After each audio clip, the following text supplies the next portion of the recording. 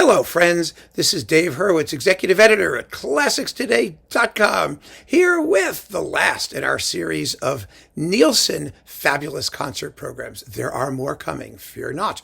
But now we're at Nielsen Symphony number 6, the Sinfonia Semplice. And this was a tricky program to come up with because it's a weird symphony.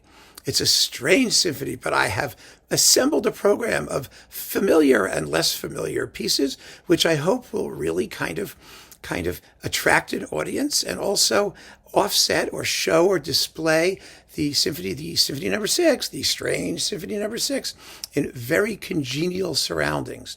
Now, what is so odd about symphony number 6? Well, first of all, it's called Sinfonia Semplice, and it's anything but simple. It's really, really not. It's very wacky.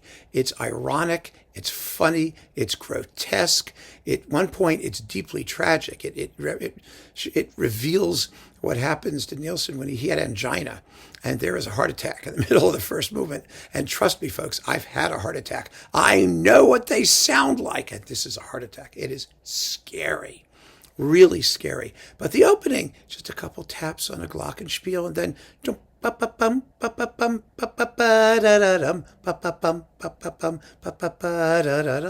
yes, it is outwardly simple, but from there on, who knows? Then the second movement is this very funny little humoresque for percussion, woodwinds and a trombone that just sneers at the whole thing with glissandos going like that. Then there's a very serious but very brief slow movement for strings and a wacky, absolutely wacky theme and variations finale on a theme that contains all 12 notes of the chromatic scale. So it's not atonal at all, but it goes all over the place. It's really an amazing, amazing piece. And then the ending, the very ending with the fanfare and all this stuff is just pure comedy.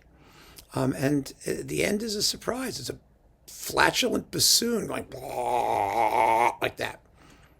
So what do you do with a symphony like that? Well, I have framed it with 3 other works, all of which have an element of something that's in this symphony, an element of the grotesque, the macabre, an element of fantasy, of strangeness, and then, of course, that faux simplicity, which is, I think, one of its greatest characteristics. And so the other works are, so we have 2 pieces on either side of the intermission.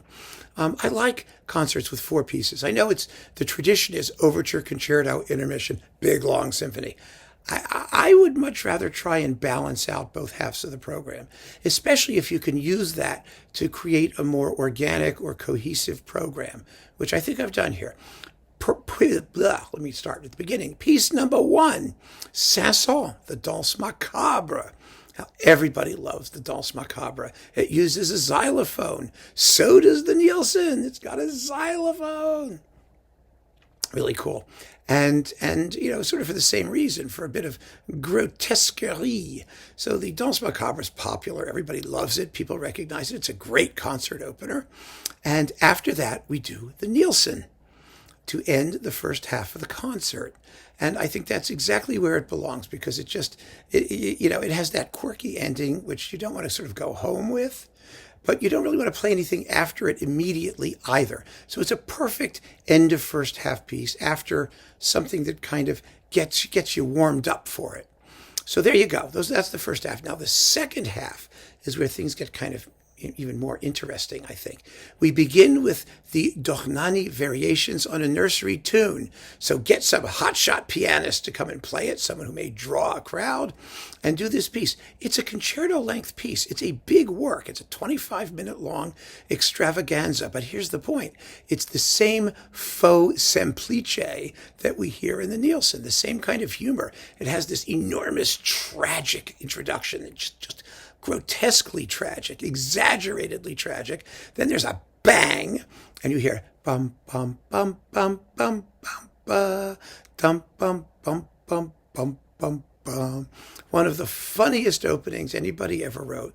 And the variations that follow are just a phantasmagoria of incredibly inventive, creative, bizarre, romantic, luscious. There's a yummy waltz. There's a piece with a xylophone. There's a march. There's strange impressionistic harmonies. It's just fabulous. He gets so far away from the tune. It's absolutely similar, I mean, to what Nielsen does in the Sinfonia Semplice, only Nielsen is doing it in sort of a sonata form context, whereas Dohnányi is doing a theme in a set number of variations. But they make a wonderful match, a match set. But then to wrap it up, I didn't want to end with the Dohnányi because it's just too short. I mean, you can't have everyone back for 25 minutes and then just send them on their way.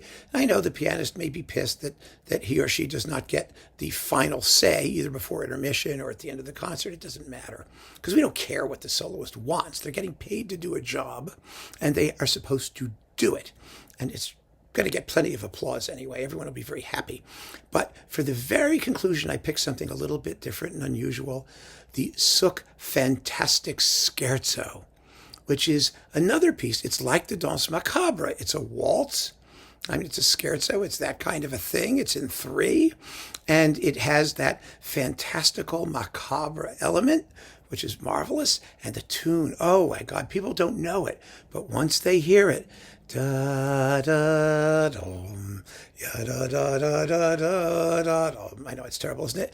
Ya da da da da da da da da, ya da dum ba da da dum ba da da dum. Well, it's wait till you hear it. You'll see what I mean. It's absolutely unforgettably beautiful, and it makes a great conclusion to a concert that's just full of strange, humorous, but also tuneful, fabulous, fantastical elements. And with that, we come to the end of our 6 programs featuring ways to get through a Nielsen cycle. And after this, the next in the series will be a Martineau Symphony cycle.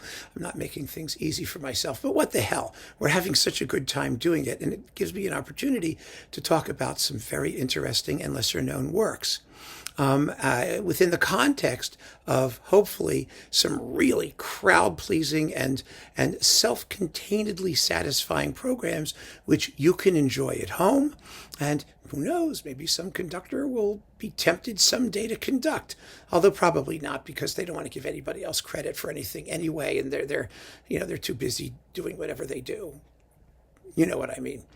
We can enjoy ourselves. So keep on listening, friends. Thanks for joining me. I hope this has given you a nice new perspective on the Nielsen symphonies. Take care.